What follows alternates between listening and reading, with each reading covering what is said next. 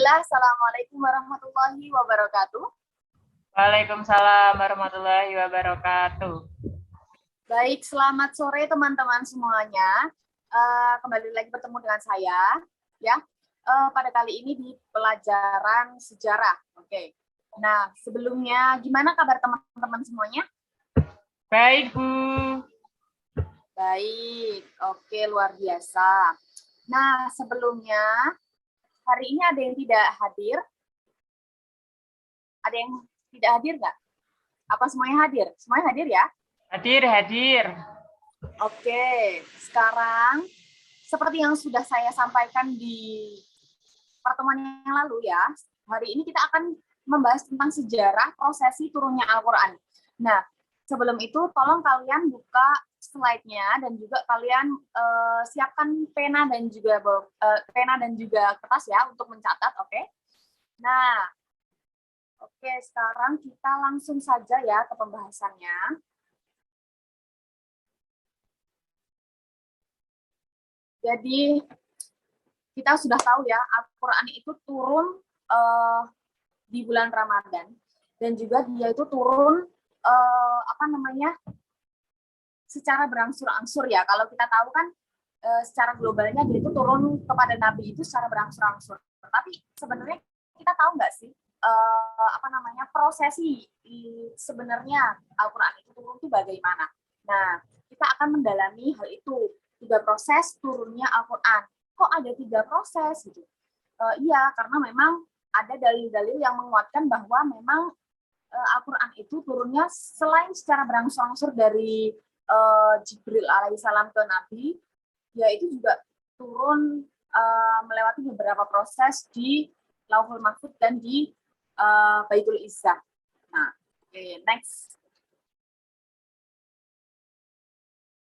Oke, yang pertama, di proses yang pertama di sini ada, yaitu diturunkan ke Lauhul Mahfuz. Nah, kita semua tahu ya Lauhul Mahfuz itu apa. Lauhul Mahfuz itu istilahnya tempat untuk dikumpulkannya semua takdir manusia yang 50.000 tahun ditulis sebelumnya, begitu kan. Nah, di Lauhul Mahfuz ini Al-Quran ini diturunkan secara keseluruhan. Jadi secara keseluruhan Al-Quran itu sudah diturunkan di Lauhul Mahfuz untuk yang pertama kali. Nah, setelah itu yaitu diturunkan secara utuh dengan dalil ya. Al-Buruj ayat 21 sampai 22 yang berartikan bahkan yang didustakan mereka ialah Al-Quran yang mulia yang tersimpan di dalam Lauhul Mahfuz. Nah, bisa digaris besar ya, yang tersimpan dalam Lauhul Mahfuz. Jadi bisa ditarik kesimpulan bahwa Al-Quran itu turun ke Lauhul Mahfuz untuk yang pertama kali itu dalam bentuk atau dalam kondisi menyeluruh, semuanya utuh begitu. Nah, kemudian setelah utuh ya, next, kemudian dia turun ke kemana? Ke Baitul Izzah atau bisa disebut juga sama dunia atau yang diartikan adalah langit dunia ya. Ya, setelah dari Lauhul Mahfuz turun ke langit dunia, ya, dari langit dunia itu kemudian disampaikan dari Jibril ke Nabi Muhammad SAW itu. Nah, kemudian momen ini terjadi pada bulan suci Ramadan pada Jumat 17 Ramadan atau biasa dikatakan sebagai Lailatul Qadar ya. Turunnya Al-Quran dari langit dunia kepada Nabi gitu kan. Nah, kalau biasanya ya dikatakan bahwa 10 malam terakhir di bulan Ramadan begitu ya. Walaupun memang tidak ada yang tahu pasti per tahun itu kapan ya Lailatul Qadar itu tanggal berapa, tapi biasanya ada beberapa yang membuat istilahnya membuat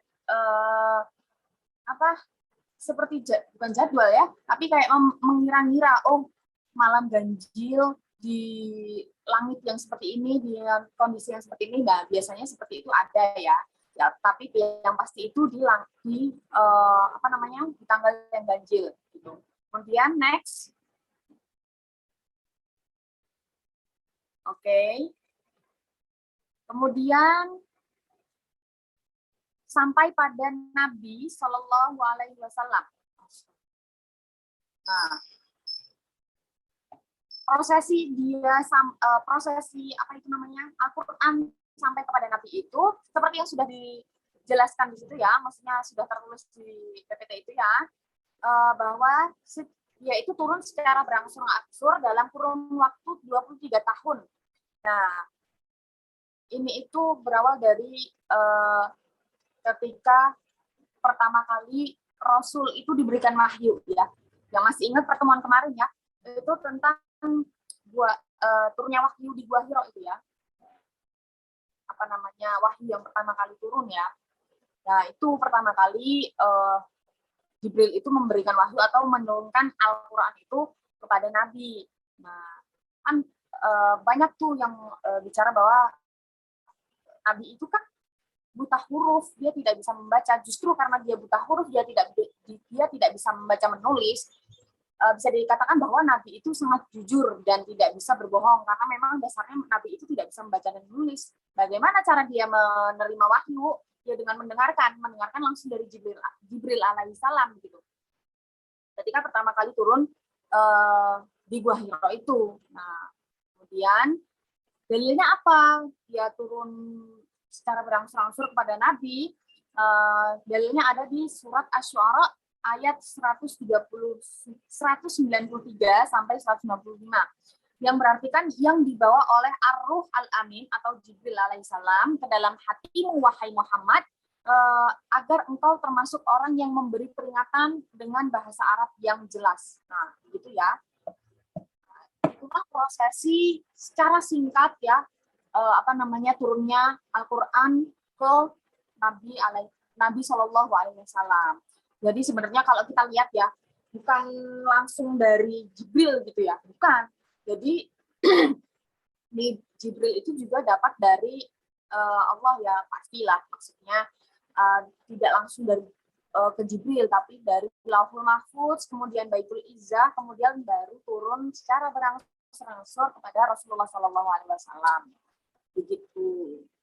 Nah, saya mau tanya ya, siapa yang bisa menyebutkan 3 prosesi tadi, turunnya Al-Quran, apa namanya, dari pertama sampai ketiga? Yuk, siapa yang bisa menyebutkan? Atau saya tunjuk ya? Saya boleh tunjuk ya? Mbak Yumna Nafisa. Iya, Ibu. Ada, Bu. Oke, Mbak Yumna tolong disebutkan 3 prosesi turunnya Al-Quran tadi ya. Ya. Jadi pertama di Lauhul Mahfuz dulu. Oke. Di Lauhul Mahfuz ini secara utuh atau tidak? Iya. Oke, baik. Kemudian? Terus di Baitul Izzah.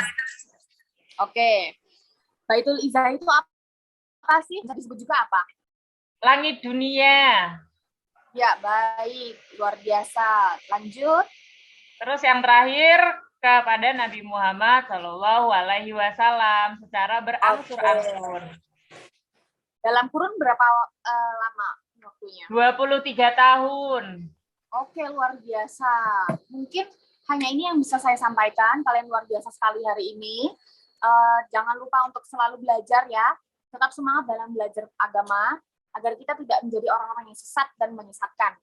Nah, saya minta maaf apabila saya banyak salah. Segala kebenaran datangnya dari Tuhan Allah Subhanahu Wa Taala. Terima kasih atas partisipasinya teman-teman hari ini. Mungkin cukup sekian yang bisa saya sampaikan. Wal akhir, wassalamualaikum warahmatullahi wabarakatuh. Waalaikumsalam warahmatullahi wabarakatuh.